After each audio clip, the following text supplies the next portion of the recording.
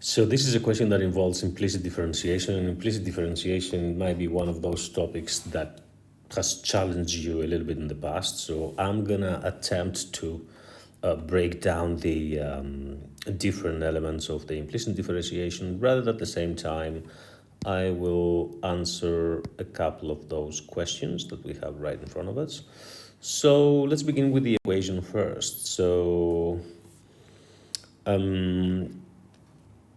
as you can see from part A, we've been asked to calculate the dy over dx, or otherwise the prime of y, or the derivative of y, of whichever way you want to call it. Now, it would have been tempting to think that you could isolate the y somehow in this equation, which is the same as number 1. I just copied it down. And then once you kind of solve for y equals whatever is on the other side, then you could, of course, apply differentiation rules to find the derivative of that relation in this case, because this is just not going to be a function or algebraic expression or whatever you want to call it. Now, what's the issue here? If we retract our steps a little bit and we attempt to do that, we will see that it's actually not possible. So let's just keep the negative xy and the y squared on the left side or left-hand side. So y squared minus xy, that's going to become negative x squared plus 3. Let's factor out the y, and then we're going to become with y minus x is equal to negative x squared plus 3. And then it's kind of clear that I cannot really isolate the y with ease. If I target that first y, then I'm going to have to divide by y. So let's just see what this is going to give us. X squared plus 3, so y minus x. Not quite what I was trying to achieve, so that there's an issue here. In some cases, you might be able to isolate y, like the equation of the circle. It's kind of pretty simple. X squared plus y squared is equal, let's put to 9. Then you can isolate the y squared, is going to be 9 minus x squared. But then you're going to end up dealing with another issue, because you're going to have plus minus of 9 minus x squared, and then you would be having one for the plus route and one for the negative route, but you could still do the derivatives. In this particular one that we have here is just not going to work. So this is where we need implicit differentiation. And let's just go ahead and see what the implicit differentiation will do. So I'm going to rewrite my equation. X squared minus xy plus y squared is equal to 3. And because I'm targeting, or I want to find the dy over dx, I will differentiate both sides in terms of x. So x squared minus xy plus y squared is equal to d over dx of 3. Now, let's just really kind of stop at that point and discuss individual derivatives. So the derivative of the x squared in terms of x, or otherwise x squared derivative or prime, that's going to be power rule, and that will give you a 2x. The second component, let's forget the minus, because minus is just might confuse you a little bit, but when I want to find the derivative in terms of x of the xy, now this is where you're going to have to understand that there's a little bit of additional thinking you have to do.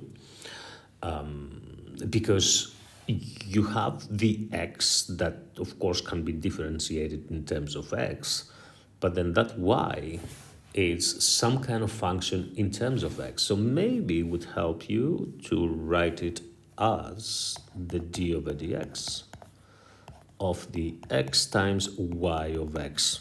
And then that's the derivative I'm going to try to find.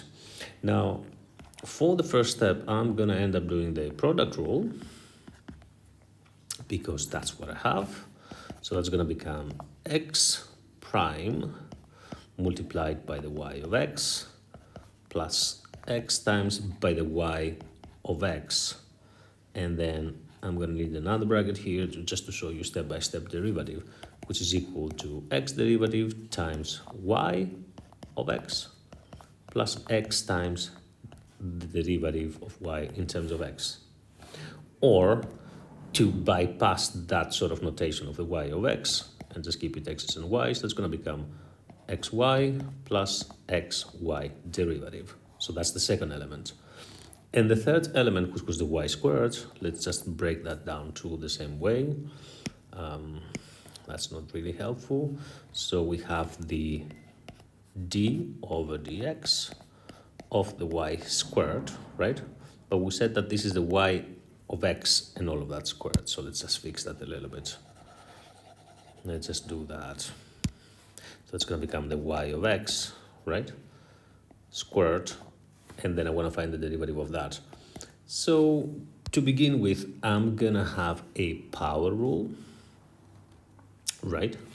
Because I have y squared that I want to find the derivative of that.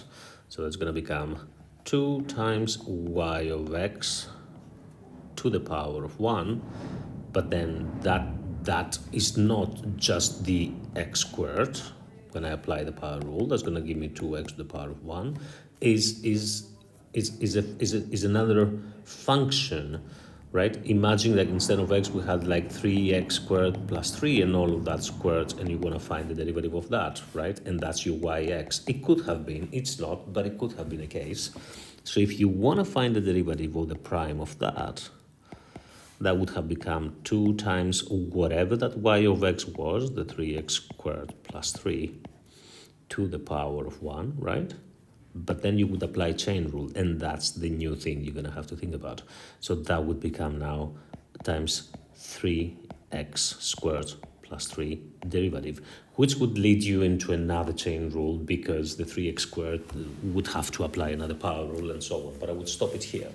So thinking about it in those terms, if we go back into the y squared, we were trying to find the derivative, that would give you 2 times y of x to the power of 1 times but the y of x derivative.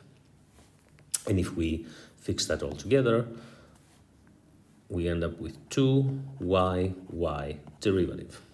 And that would have been the shorter version. That's the shorter version of the yx derivative, and so on and so forth. Let's just go back and attempt to do this like a little bit fast. So let's choose yellow and just get on with it. So for the first part, I would have 2x, that's complete, minus, I'm going to have to do the product rule here, which is going to become the derivative of x, which is equal to 1 times y plus x times y derivative, close that bracket, plus 2y times y derivative is equal to the derivative of 3, which is a constant, which is going to be 0.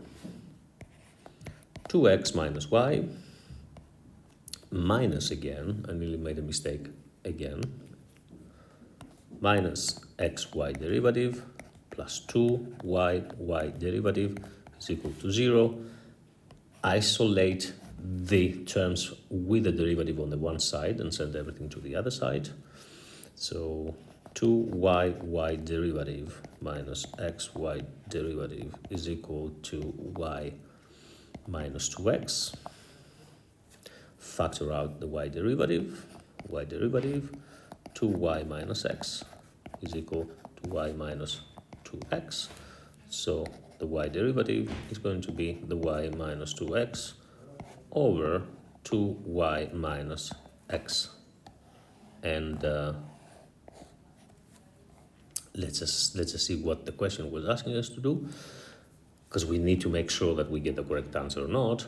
We had to show that it's 2x minus y over x minus 2y. We don't have exactly that. Well, we have exactly that, but not in the correct format. So we're going to reshape that, and we're going to write it that the y derivative, or otherwise the dy over dx, which is exactly what the question is asking us to do, it's going to be equal to, if I switch around the y and the 2x, and I made it 2x minus y, that is because I factor a minus at the front, and then I can factor another minus at the bottom, and that's going to become x minus 2y. And now the minus are cancelling out each other, and that will become the format that I want to show for the question I was working with x minus 2y. QED, and that's how I'm showing all the work. I did talk a little bit more than I should have with this question, but I thought that kind of help you to identify how to work with implicit differentiation. There are a couple of interesting questions underneath for the part B, but I don't want to create a really massive video this time. I will probably attempt to make a couple of other videos answering more specific questions like finding the tangent or finding the normal and so on. That's it for now.